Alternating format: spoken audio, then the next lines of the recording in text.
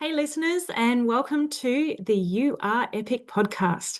This is where we honor the people who've helped build not just our industry, but our communities. I'm Angela Hucker, and I am so glad that you're here. So, I'm taking the time to sit down with people who've been in construction for years, people who've been through the ups, the downs, and everything in between. You're going to hear real stories of resilience, growth, and moments that shaped who they are. This podcast is for those that want to learn more from people who've been walking this path for some time, and they're helping to lift up others and quietly making a difference along the way. It's also to show you that your journey matters and your voice matters. And in case you've forgotten, you are epic. Let's get into it. Today's guest is David Broadhurst, a change maker in operational risk and someone who's been reshaping how we think about safety, learning, and performance on the ground. David's work has always been about bridging the gap between strategy and what really happens on site. As Chief Evangelist at Deep Space, he's focused on modernising how we manage risk across the project and contract lifecycle, with a clear goal, which is to reduce stress, lift productivity, and make work safer and smarter across the supply chain. Before Deep Space, David was the co-founder of CodeSafe Solutions, where he led the development of field-friendly, evidence-based tools that brought learning into the flow of work.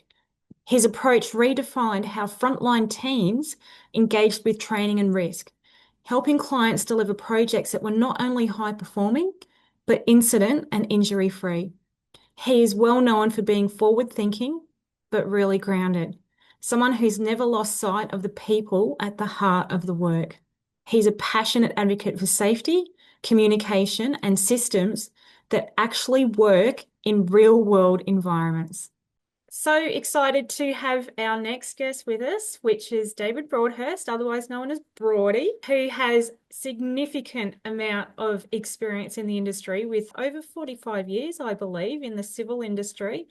So thank you for joining us. And what I might do to start with is just have you let us know about how you got started in the industry. Correct me if I'm wrong, if it is more than 45, less than 45, about 45, what your current role is in the industry now as well. Sure. No, thanks, Angela. The number of years in the industry, it's somewhat varied based on what's the legal number and what's the illegal number. Yeah. And what I mean by that is I was sort of born and brought up in a farming area up in north of England. And my dad, they started having a family, realised that he needed to get off the farm and get into something that could make him a bit more money to support his family. So he actually started a civil construction business when we were only babies. The thing I loved about it was I have an older brother, I've got a younger brother, but I'm the sibling that loved to be outside. And so my older brother had no interest in the civil construction business at all, but I loved it. And I loved it when some of his operators didn't turn up because I'd get pulled out of bed at 5 o'clock in the morning, at maybe 11, 12-year old, and I'd be plonked on an excavator or a machine. Wow. And I'd be sat on a stockpile. And he'd say, "Right, me lad, this is your maths lesson. I want you to count how many buckets of material you're putting at them trucks and how many trucks go out of that gate. And if you miss one, I'll kick your ass." So that's what I mean. Like, officially, I started when I was 16 Yeah. or 15 and a half when I could leave school. But I'd already served my apprenticeship or done my cadetship Oh, yes. before I Yeah. got to 15 and a half. And I just loved it. I was born for the industry, I reckon. Yes, and I can relate because I had a very similar experience because I got exposed to it when I was about 8, I reckon, and then moved into that family business and stuff as well. And it was weekends and school holidays. And Mm, anyway, here we still are in the industry. absolutely. Yeah, Yeah. yeah, awesome. So you've obviously come to Australia from overseas. Tell us about all of that and how did that come about? And was that through the industry or was it a lifestyle change?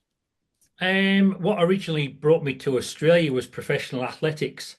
Oh, wow. Okay. Yeah. I used to do a lot of pro running, so stole gift and things like that. I had a fairly good season in 1988 in the UK, so I'd have been about 24. So I did quite well. Some bright spark at a training session one night said, "Hey, Brody, why don't you go and try your hand at the Aussie circuit?" And then January 89, I was on a plane coming to Australia to do the pro circuit here in Victoria predominantly. So Stowell, Bendigo, Wangaratta, all the different country towns that had professional running. Yeah, so that's what brought me to Australia. But Yeah, wow. you Okay.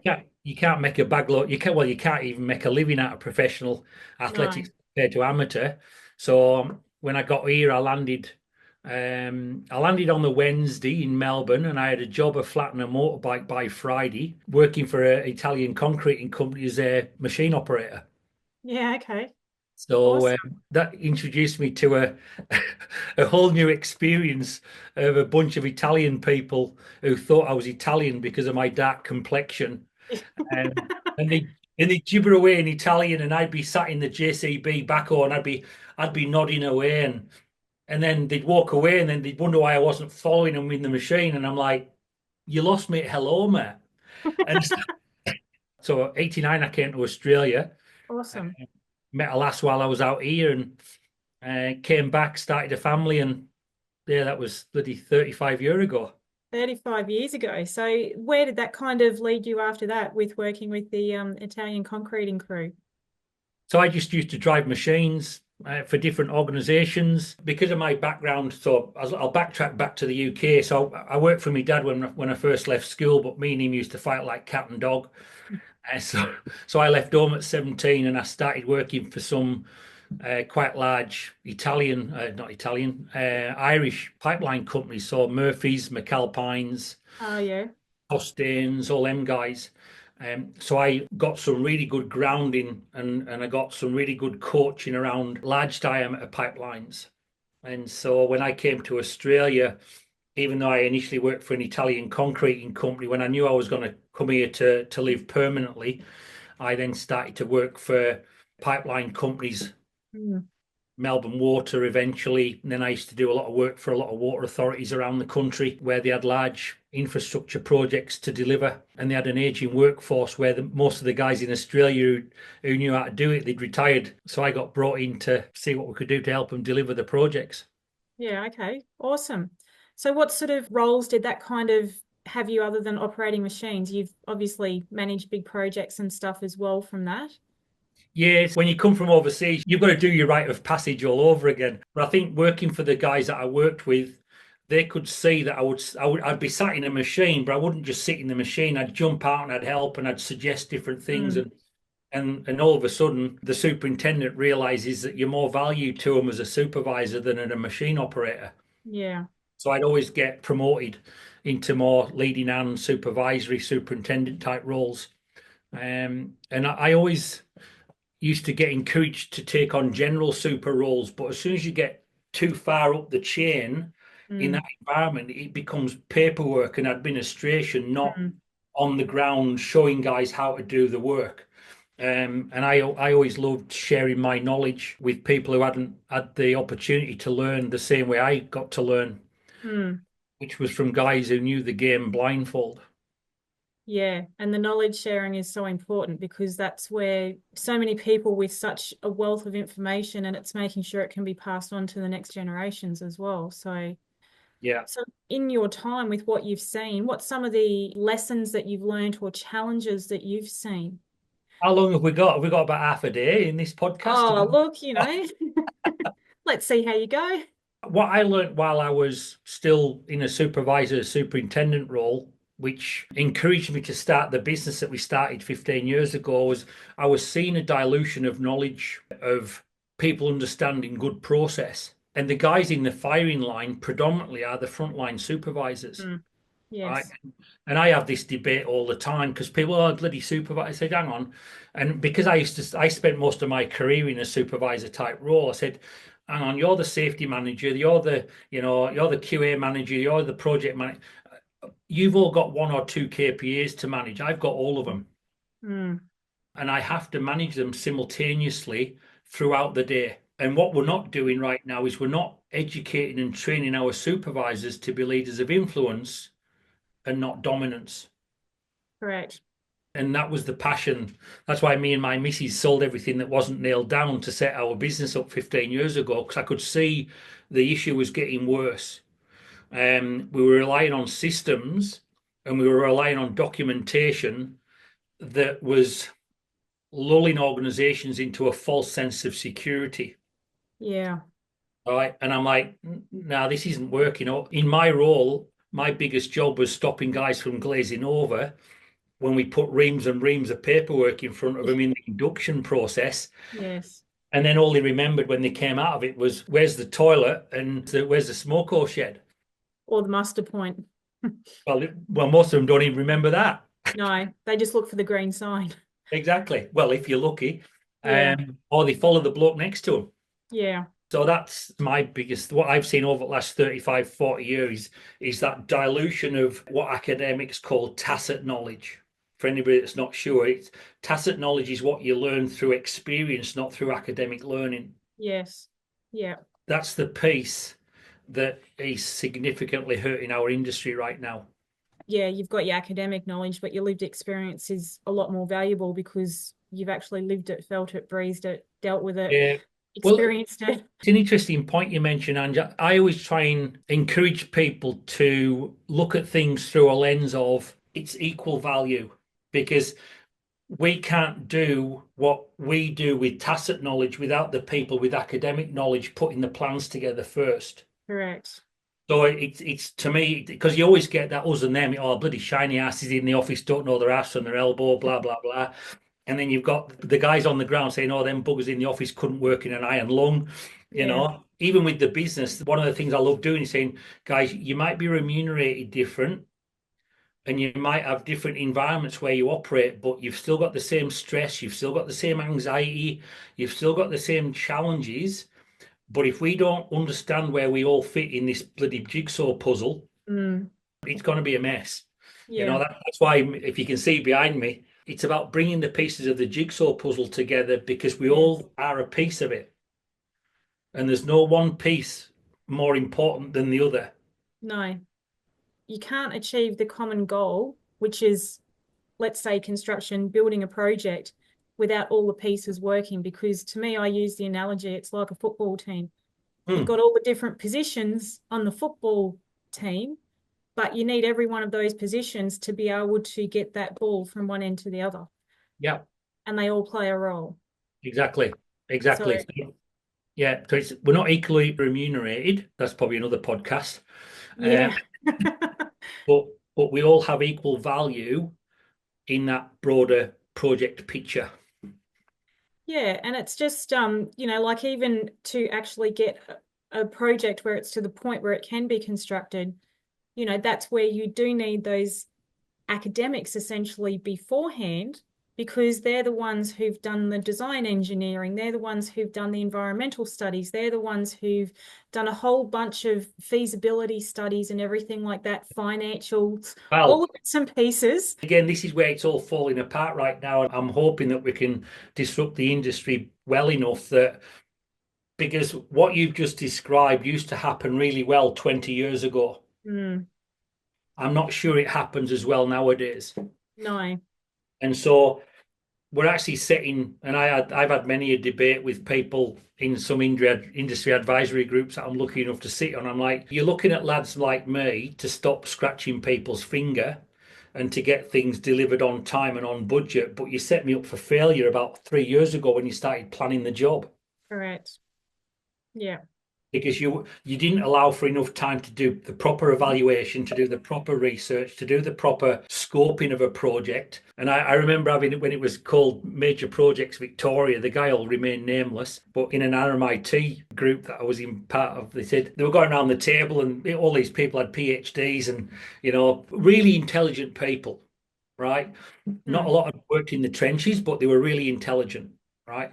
Anyway, the lady who invited me there said, David, have you got anything to add to this conversation? I'm like, oh, I'm a bit intimidated by all these degrees on the table. I said, but the only insights I can maybe bring is the fact that we don't allow enough time to properly plan and scope the project. Then we don't allow the proper time for people to price it properly. Then we don't allow the proper time to mobilize properly, and then we don't provide the right time for delivery. So I think the problem starts right up there in that office. The guy from Major Projects Victoria said, David, you can't talk to us like that. We're Major Projects.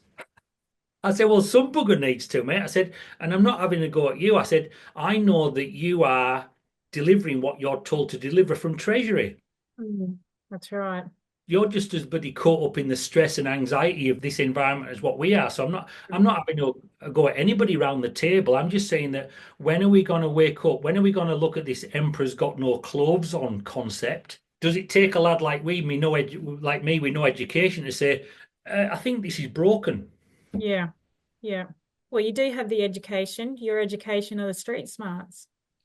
Well, and that's the thing, right? But again, when you get into these, and I think we're fast realizing, and I love people like yourself and Helen Lingard, and there's people out there helping people with the tertiary education, which is, and I admire them because it costs a lot of money to invest in a tertiary education nowadays. But guys, you cannot disregard the lived experience that some people can bring to the table as Correct. you're starting to make decisions around projects. And again, it's helping people just break down those us and them silos, that we all have an equal weighted debate in some of these conversations, that we say, you know what, we've tried that, it doesn't work. We need to get back to what was working 25 years ago. With tapping into that lived experience, how can, because I find that doesn't happen enough, how can you find, or what's some ideas and suggestions you've got to be able to enable that to happen a lot more effectively like it did 25 years ago? I think we've got to learn. And again, I think when you, well, I know I can only speak for me, right? But there might be something people can learn from me sharing my experience. Even long before our business, I used to be on projects and I voiced my concerns about things. And I used to hear more often than not, David, you're concerning yourself with things way above your pay grade. Mm, interesting. And I'd say, yeah, but I can see that if you don't deal with this now, it's going to be 10 times bigger in 2 weeks' time. Mm. Aren't we better off dealing with it now? And a general manager of a big organization came to me one day and took me out for a coffee because he knew what friction I was creating on a major project here in Melbourne. And he said, David, he said, would you like me to mentor you? I said, to do what, mate? He said, to influence. I said, mate, I said, I need all the help I can get. I said, because I'm about to choke some people around here because they're just not listening. Yeah. And he said, right now, David, he said, you have the right intent. He said, your timing's off and your delivery's shit house. I said, anything else? Yeah. And he goes, you've got to learn to know when and how to deliver your message and then walk away. He said, because I know from talking to the people who are running the project, you are an irritating noise in people's ear right now. And he said, I know, he said, because I know your background. He said, I know you know what you're talking about. But he said, you've got to learn delivery, you've got to learn timing. I said, I'm all ears, mate. I said, because I haven't got long left in me. So I said, I said, your accelerated training program must be, it's got to have to be bloody good, mate. I said, because you know, one of the posts that I put on LinkedIn last week was the building golden bridges, the importance of building golden bridges in any collaboration, mediation type conversations. And there's four key elements that you have to remember. And one of them is helping people save face. And I wasn't very good at that. And there's a quote in the bottom of the article that I put up there, and it said, if you can let people take the credit for your ideas, you can do unimaginable things across this city. Mm. Okay, so that's number one, saving face. What's the Yeah. other three? It's helping business, it's helping people go back to first principles, right?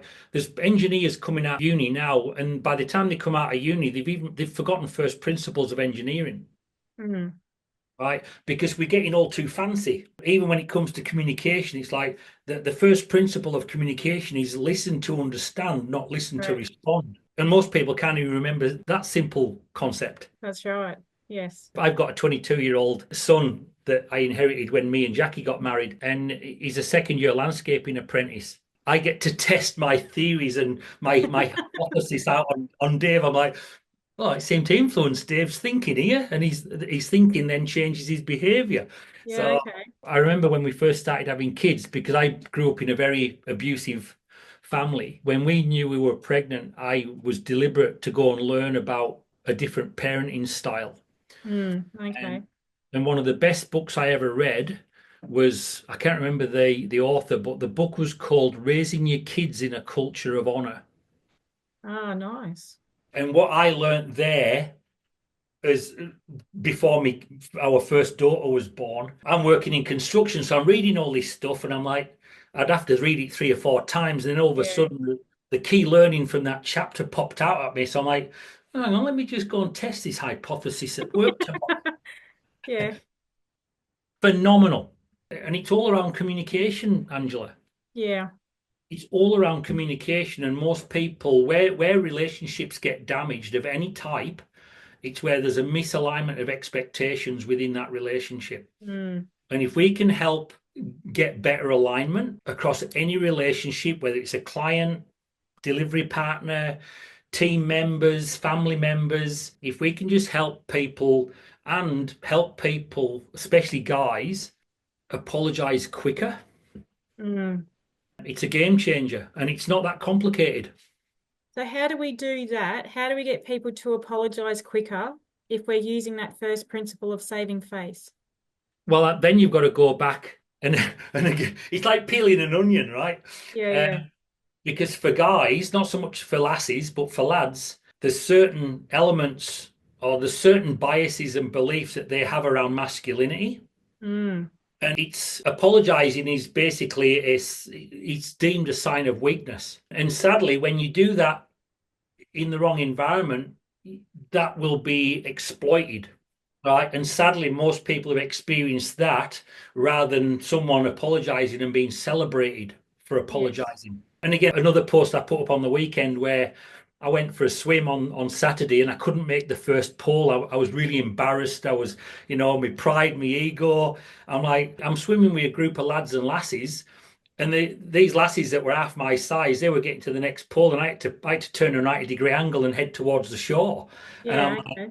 this is embarrassing. I'm not sure whether I can even come back to swim with these guys, right? So, typical bloke. Yeah. But I get out and I'm like, you know what? I'm here.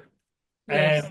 And all they then the rest of them they complete the swim, come out, we have a coffee, and anyway, a couple of guys say, "Oh, I know we know you haven't done a lot of open water swimming. You might want to think about doing it this way next time." Blah blah blah. And the lassies were coming up and said, "Oh, you did really well when I said I'm coming back tomorrow." So, and I'm like, Doing it. well, when you get booked off, you got to climb straight back on, right? That's it. Else the monster gets bigger in your mind. Absolutely. Anyway, so I rock up the next day and I'm like, all right, I'm a bit nervous because the conditions were pretty rough again. But I go out and I apply what the guys shared with me the day before about, you just got to roll with the waves. You can't fight through them. Ah, okay. Because I was fighting through them the Yeah. day before and I was completely exhausted.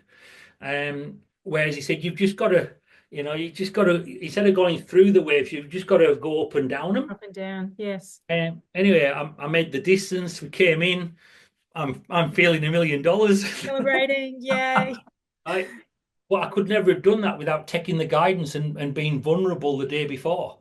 Yes, that's right. Again, I've always had a heart for the guys who work in our industry because Mm. it's a rough game. It attracts rough lads who have had an interesting upbringing like I did, Mm. through no fault of their own.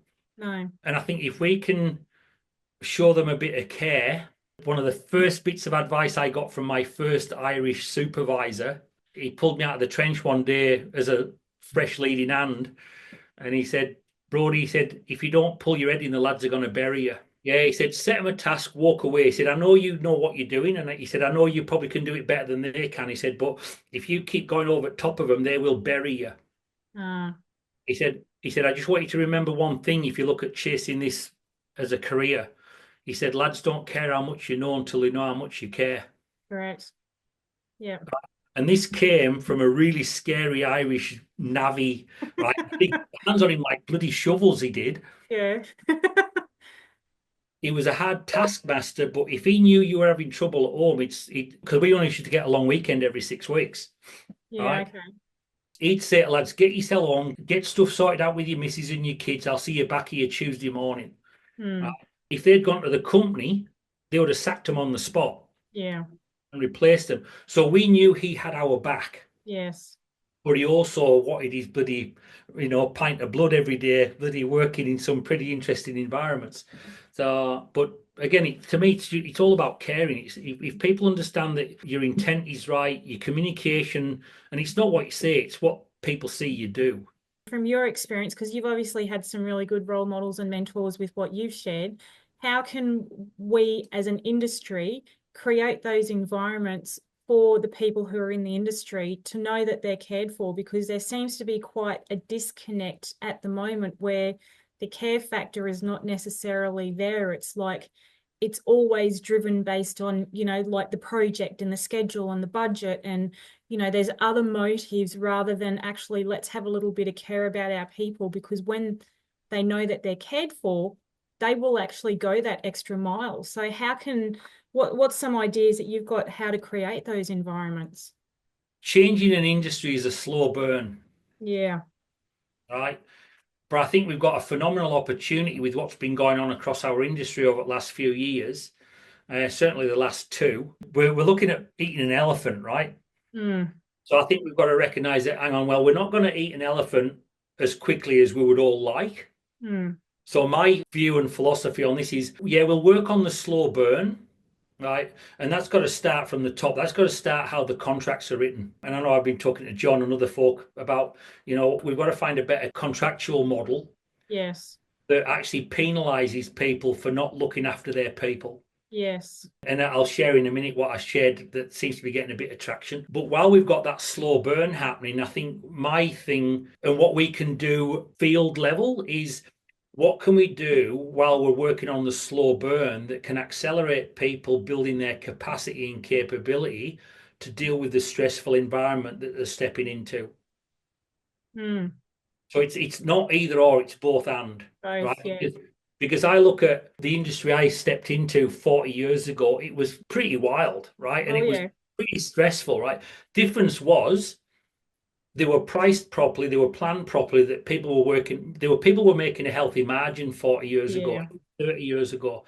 There's no healthy margin anymore, which is another stress factor that we need to look at. So in the interim, it's what can we do in a meaningful way that improves and increases people's capacity and capability to deal with stress and anxiety, and not just work but life. Yes. You can't separate the two. No. Right? And then while we're doing that, we need to be looking at, well, from a contractual point of view, what can we do to better help supervisors know how to create a psychologically safe environment for their people to operate in? Because Mm, again, I looked at what Eddie Ryan did for us. Like we were working for McAlpines, right? McAlpine Services and Pipelines. They were wild.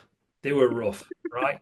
He was a really perfect example. And I've tried to live my life to honor him mm, because we knew what shit and what pressure he was being put under to make us deliver a certain amount of work by a certain amount of time, right? But he would be the filter. He'd filter out what wasn't relevant or what he knew was inappropriate. And we knew what he was doing, and we would bloody walk over hot coals for that bloke, mm, right? But I think he could do it because he was confident in his own ability, yes. right? And so a lot of it comes down to how people are trained, what experience do they have, what training have Yes. they had, are they micromanaging because they're not quite really sure, they're not confident in their own ability, so they're micromanaging. So I think there's a lot more work we can do around that supervisor level. And again, we've done work with Helen Lingard and others around the critical importance of a supervisor's role, certainly in young and vulnerable workers, imprinting on their risk appetite and their risk profile. Because when new people or young people come into a new environment, the person that imprints, like in their formative years when they're between 0 and 4, Yes. the same thing happens again where Correct. where the supervisor imprints, and from that point onwards, that individual will look at risk for their entire career the same way that their supervisor does, Yes. both physically and psychologically. Well, the other thing too is that that supervisor has the ability to make or break someone as well. So, just as you've had with your ones that you've had in your years, like they've imprinted you to be a certain way as well. So it's kind of like, how are our supervisors of today imprinting our people? And are they supervisors with the right support, encouragement, and training to actually know how to, going back to your original point, how to communicate effectively, how to lead effectively, how to Mm. manage the stress effectively? Because if they're not taught that, like your mentor that you said about was able to filter all that stuff out and help protect, the guys at the coal face. But if people aren't set up with those skills to know what to filter and what not to filter, and everything's just coming through, Mm. um, and it's leaving a negative imprint, then that can be having huge consequences on the well-being of the people underneath as well. So Exactly. I remember listening to a podcast once. It was Barack Obama being asked stuff about, just the whole state in America when he was president. And he said, there is no such thing as a right or wrong answer to a complex problem. All my administration was charged to do was, can we find a better answer? yeah. Right. And I think that's where we're at now. We're not going to find the right answer for our industry right now, but I think we can find a better one. Hmm. I know you've developed, some stuff to be able to help make it better. Would you like to share a little bit about that, with being able to support the supervisors and the stuff that you're working on, that you've been working on with your business for the last 15 odd years? One of the first workshops we ever developed was a workshop called Pre-Start Mentoring Workshop. And it was just teaching people who had to run a pre-start or a toolbox talk or any type of a group talk, because most people are scared to death of Yeah. speaking in public. And when you slap a few tattoos on people and put some high-vis on them and knock a few teeth out, and we're very and that's only the lasses, right? Um, no, but no, I'll retract that last statement. I was just joking. But we're a fairly intimidating bunch. My goal was, how can we set team leaders up for success? Yes. Because the business that we set up 15 years ago was looking at, well, as a supervisor, my job is to provide information, instruction, and training to my workers so they know how to execute well. Well, if I know most of them don't read and most of them forget what I tell them, what can we do to provide how they learn on a mobile phone that's quick and easy to get to, right? Yes. And again, it comes right back to basics. It's like, hang on, how do most people learn their trade? Do they learn it by sitting and reading, or do they learn it by watching and doing? Right. So when the business that we set up 15 years ago, as you know, we got a lot of traction real quick at a state and national level and internationally by helping businesses translate their written procedures into short video. Yeah, nice. And then we made them videos available on a mobile device at point of task through a QR code, right? Now, we initially did that around technical proficiency, but then we also use that same learning methodology for guys who had to run toolbox talks, right? And I remember the first time we ever did this, we were running a project, it was a Leighton's Lend-Lease JV on a rail project in Sydney. Oh, yeah.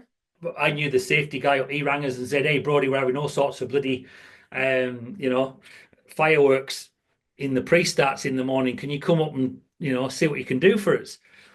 Long story short, we went up there. We put everybody, about 85, 90 people, through our pre-start mentoring workshop, and it completely neutralized all the fireworks. Right. And one of the things I said to these guys, because we only had about a dozen or 15 in each workshop, we put them in peer groups. I said, before we even start, you're going to forget most of what I'm going to talk to for the next 45 minutes. So on your way out, I want you to scan that QR code, and everything that we've spoken about in this workshop, you're going to be able to scan that code and you're going to have it on your phone for future reference. And they all walked out. And anyway, we give the report to the safety manager, and every week we'd send him reports on the analytics of the engagement. And where we were seeing a spike of people watching the 3-minute video on how to run a pre-start and how to use an open-ended question, how to do this, how just basics, it spiked every morning at about 6:15, Oh, 6:30, yes. Yes. because the guys would walk, they'd go to the toilet or they'd walk around the corner. It's like, hang on, how do I stand again? Yeah. Like, what does neutral posture look like? And we just gave them the basics on being a good communicator. And the guys there said, Brody, we've never seen anything change as fast in all of our time in construction. Awesome. That's incredible. We came up with a learning methodology that could be applied to pretty much anything that an adult was having to learn and then execute from. And it's all about how do we help people de-escalate a possible confrontational situation. Okay. Yeah. Right? And it's all about it's not about telling them what to do, it's about showing them what to do. And that's what a video Exactly. can do that a document can never do. The applications of what we came up with 15 years ago, it's been quite exciting to watch. And then through the acquisition Deep Space did last year, we can now put AI across a lot of that stuff, that we can give people early insights into what's going on, both from a QA and a safety point of view, physical and psychosocial, that we can get way ahead of the curve, which is pretty exciting. So what's the appetite for that like in the industry? Pretty high. Yeah. Well, I think what it is, we all know AI's it's here Yes. today, right? But I find it quite ironic that when people used to ring us and they'd say, "Oh, yeah, we need a solution. You've been recommended to us. Do you guys use AI?" And I'm like, "No, we use HI round here, mate." And they're like, "HI?" I said, "Yeah, human intervention, human intuition, human intelligence, all the things that AI will never replace." I was very anti-AI. Yes. Right, and then blow me down. We get acquired by a company that's AI enabled. But I looked at the use case because there's lots of use cases for AI. When you think about how much data we collect from projects, there's millions and millions of data points across a Mm. project. And even the Productivity Commission report last year said that we probably use about 2% of project data that we collect. Yeah. Percent, Which is right? such a loss. It is, right. And so I look at what these guys have done, because the two guys who started Deep Space, they were digital BIM, digital design guys. Yeah. Okay. And we said, hang on, well, if we can use AI to scrutinize data faster than any human can ever do it, Mm. what early insights can we provide from planning, design, execution, delivery, the whole project life cycle? Now we can Mm. get early insights around quality defects, Mm. safety, all of these things, right? Like we were talking earlier, when you've got an acquisition merger taking place, there's always a little bit of argy-bargy to work Yes. out how two teams work together and how you complement each other's offering. But I'm probably more excited now than I've ever been, Yeah. Awesome. because That's great. I can see what the combined offering can do for our industry, and Yeah. hopefully we can do it before I hang my boots up. Yes. Which is good. Create that legacy. We'll give it well, we won't die wondering. So my, Well, my dad used to say that. He said, "My lad, you don't want to die wondering. Now get stuck in." yeah, that's right. Well, and it's that whole thing, isn't it? You don't want to get to your final moments and go, oh, I wish I had of, or, I should have done this. And, you've actually just got to do it while you're still here and able to. So Yeah, make a yeah. difference. And I think along the way, I love what you do, and there's plenty of great people out there that are stuck in a situation where they know that things need sorting out, Mm. but for whatever reason, they're just not in a position to mobilize on stuff themselves, but they can certainly mobilize to support people Mm. who've got that particular, whether it's a passion or there's something that they've got that it's like, I can't not do this. Yeah, yeah, And I know we're cut from a similar cloth, same as with Kevin and a few other people that we spend a bit of time with. It's like, it's not what you do, it's who you are. yeah, So yeah, you can't not do it, right? So some people who just don't have that wiring, but they can certainly get around people like yourself, because most people get drawn to someone with a purpose and a passion. And they'll bring, like we've seen it over the last 15 years. I know I could never have built the business that we built if Jackie hadn't have pulled the pin on her business. That's my yeah, wife. yeah, Because I knew what was missing in industry, but I didn't have the smarts to put systems and processes and business things together to get to a point where it was worth someone taking a look at and acquiring. No, and I think that's the thing to your point is that when you find what your purpose is, and then it sparks a passion inside of you that just can't be explained in words. And I know that because I've now experiencing it. Mm. And it's like it doesn't matter, whether you're earning a buck, you're not earning a buck. It's what actually makes you get out of bed every morning and actually do a good, hard day's work, because it's actually aligned with your purpose, your passion, your mission, why you're on earth, all of that stuff. And then you find as you start traveling that path, other people come to you to help support that journey as well, or you find a collective of like-minded individuals as well, so That's who right. all want to help make a difference. So Yeah. yeah. There's a favorite quote of mine. It's a Mark Twain. The quote goes, "The two most important days in your life are the day you were born and the day you work out why." And I just encourage people, whenever I get the chance, I'm like, go and find your why. Just look outside and look at what breaks your heart. And whatever breaks your heart, right there is your purpose. And it could be bloody ugly, it could be bloody messy, but I find it quite exhilarating, actually. Maybe that's my wiring and personality. It's like the bit like Kevin, it's like, hang on, this is going to be hard work. Great, let's get into it. Let's get into it. Exactly. I Mm. agree. Yeah, and I mean, the thing is that anything that's meaningful isn't always easy. So anything Yeah, that's well, going to create change isn't always easy.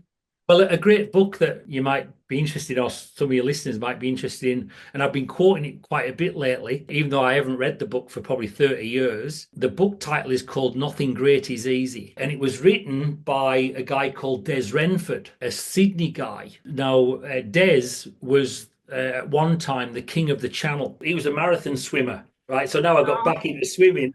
yeah, I'm, yeah, I'm going looking for all the things I used to read to motivate me to get out yeah. there and swim when it was freezing cold, right? Somebody bet him that he couldn't swim across Port Phillip Bay here in Melbourne. Anyway, he took the money and they got drunk that night in a pub in Sydney. And when he woke up the next day and realized that he couldn't pay him back, he had to do the swim. Yeah. Yeah, it's a phenomenal book. And he said, Yeah. but it is, it's a reminder. And I've shared that with a few people who I swim with now.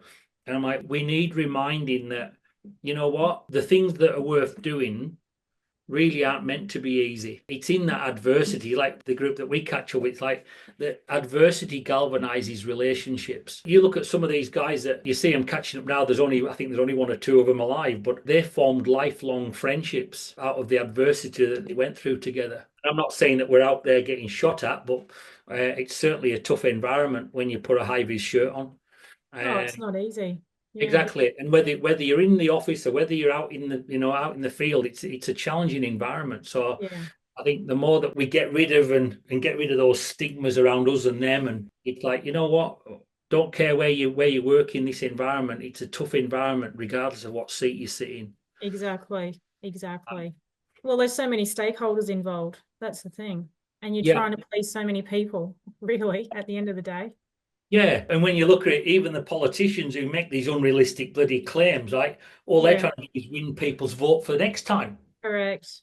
And Yeah. it's like, hang on. And I listened to a podcast to the week and he said, what we've got to do as a country is drop the 4-year term. If you look at our neighbours, they can think and plan generationally. And that's why they're kicking our backside in the marketplace, because Mm, they are thinking generational. They're not thinking 4 years. They are thinking what's going to be good for our country over the next 40, 50, 100 years. mm. The long term, regardless of who's in power. The long term, right? And we've lost the ability to do any Yeah. any westernized first world country that's gone with that Westminster model. Yes. A lot of it stems from the British, right? That Westminster system. It's like Mm. 4-year government term. Probably too short. If you're new, you come in, you get a taste of everything. You might be able to implement a few things, and then you're battling to get in again for another 4-year term. Well, they reckon, and talking to some people in that environment, they reckon out of the 4 years, they're productive for possibly two. Yeah, that's what I was thinking, 2 years. And it's not fair on them, right? It's like, how the hell are you supposed to bloody turn a bloody tanker Mm, when you've exactly. only got hold of the bloody steering bloody wheel for 2 minutes? Yeah, exactly. It's Exactly. like what, and again, it's challenging the whole system to say, what can we do at a federation level that we can set a 30-year plan for our country? Mm, 40-year, 50-year. Let's look long term like our neighbours do. yes. Because if we start doing that, and we all sign up to an agreement that irrespective of who's in power, we stick to the agreement because that's to the good of the country, Correct. not just a political party. Correct. Then we've got half a chance of competing in a global market again.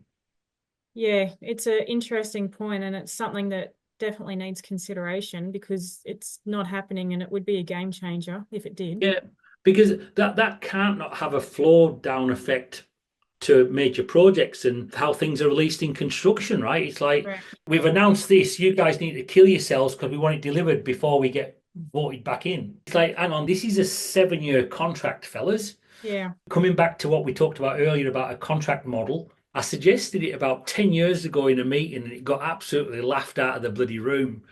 And I felt a bit of a dill for suggesting it in the first place. But I'm like, hey, got to throw an idea out there.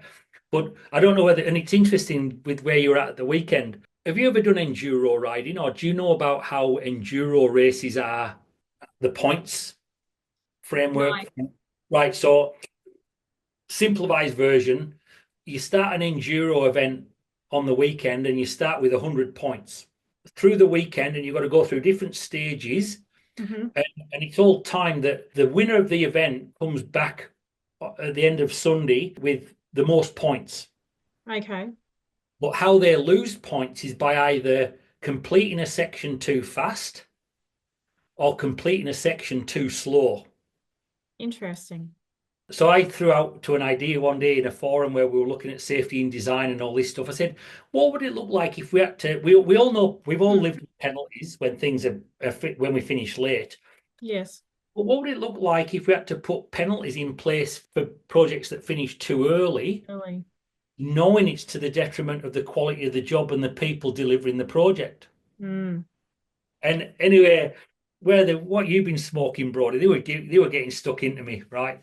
Anyway, I floated that same idea last year, and they're like, we need to give this a bit more thought, don't we? Yeah. Like, because if you think about it, Angela, the delivery partners who sign up to these contracts, they have shareholders. So you've just got to follow the money.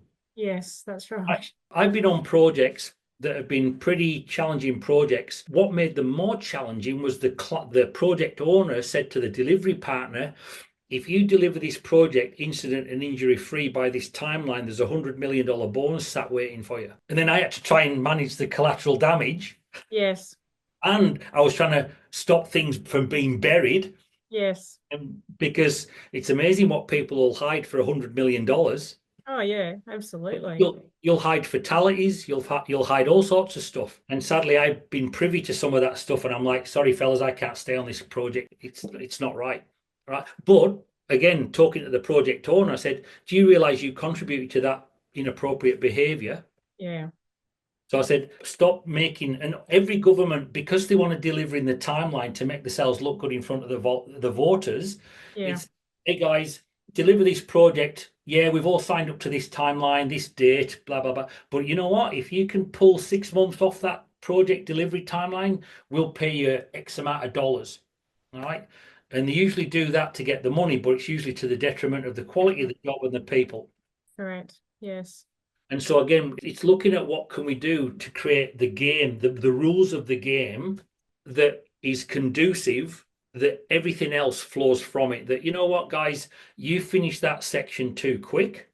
We're going to take $10 million off you because it can't not have a detrimental impact on the project. Well, and the quality as well. So, Everything, right? It's yeah. everything. QA, Yeah.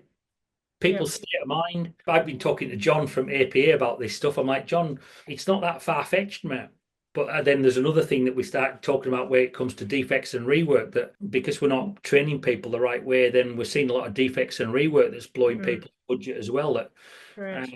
if you look at all the research, I think I read about 7 research papers over Christmas looking at defects and rework, and they reckon globally defects and rework cost our building and construction industry about 12 to 12.5% of the project value. People aren't even making that in margin. That's why. Yeah. Right. And so talking to the shadow housing minister a couple of weeks ago, I said, mate, if you had to address this, your budget's going to go further. We've got to start helping people understand that it's not that complicated. We don't have to accept it. It's because it's nearly like we've been conditioned that Yeah. that's just how it is in our industry. Well, I like it wasn't 25 years ago. Well, we need to disrupt it and change it. Exactly, right. Yeah. And it all, like I say, it's all education, right? Whether it's Yes. education supervisors, better technical proficiency of teams, it's just breaking things down into a not only a micro but a macro level. Mm.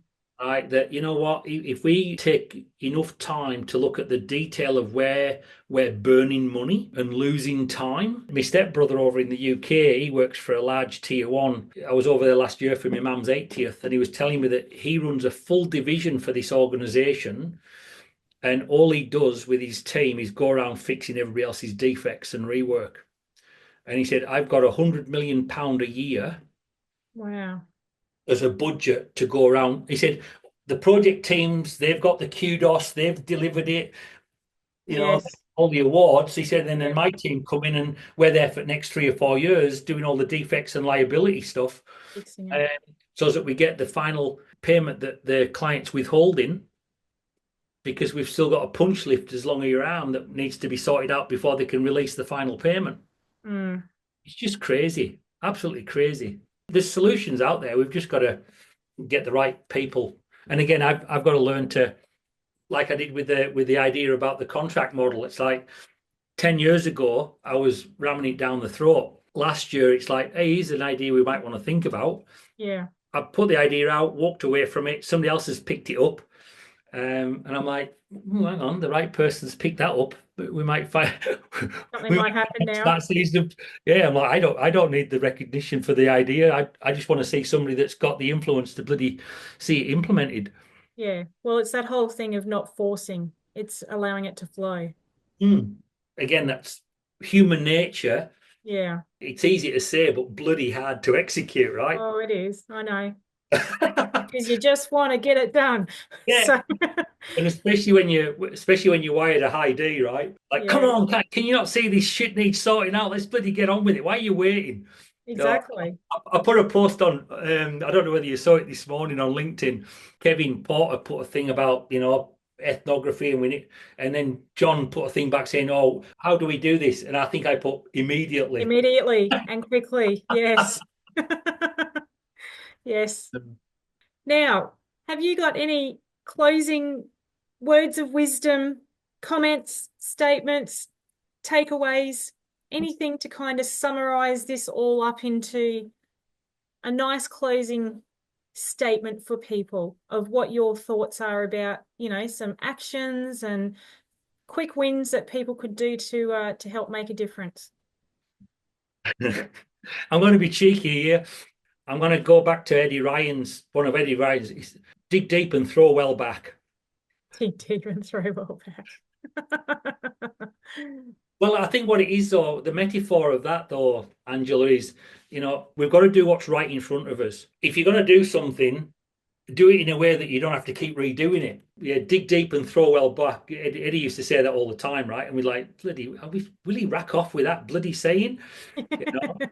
But the metaphor from a life perspective, it's like just do what's right in front of you. Yeah. When you think about it from a trenching perspective, you got to get a decent shovelful and you got to throw it far enough back that it doesn't fall in on top of you again. Yeah. Yeah. Yeah. I think, again, people just need to not overthink it.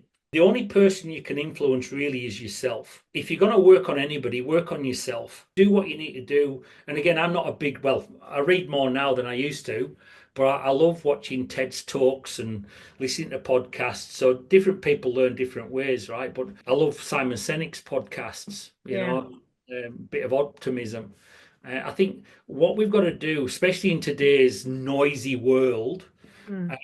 we've got to be very, very deliberate as humans to determine who's doing the brainwashing. Because if we're not deliberate about it, somebody will be brainwashing you. Just be deliberate about what you choose to have feed your mind and feed your Mm. thoughts, because that will then start to influence your biases and your beliefs. And if we Yes. can help people just go 1 degree, 2 degrees from where they are now. That's all it needs. That's all it Yeah. takes. But you'll find in 5 or 10 years down the track. I remember my mum saying to us, "Oh, dear, she was on about something." She said, "Oh, but don't change who you are." I said, "What a bloody waste of a life that would be." Yeah, yeah. And she goes, "What do you mean?" I said, "Well, if I'm the same person in 5 years' time as what I am today, I need a good kick up the arse." Absolutely.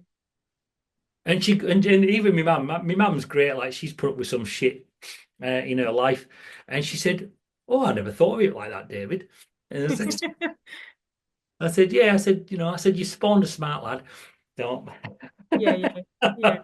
But yeah, if I had to share anything with anybody that's listening, it's just focus on yourself, self-awareness, emotional intelligence, and be prepared to be challenged. Find somebody that you can trust that you will allow them to challenge you. Well, where there's challenges, there's is equals opportunities, really, doesn't it? So awesome. Love it. Thank you so much. It's been an honor to have you and share all your wisdom from over the Oh, years. We've that's it. lots of different things there and awesome takeaways for people. So I really appreciate it. Thank you so much. No, you're very welcome and love what you're doing, Ange. You're doing a top job. Thank you. Thank you so much for taking the time to listen to this episode today. I hope this conversation gave you something that you can take with you, whether it be a little bit of insight, inspiration, or maybe just a reminder that you're not alone. If it resonated with you, please share because we're better when we help build each other up. And remember that your experience, your story, and your journey, it all matters more than you know. Until next time, stay kind, stay connected, and never forget you are epic.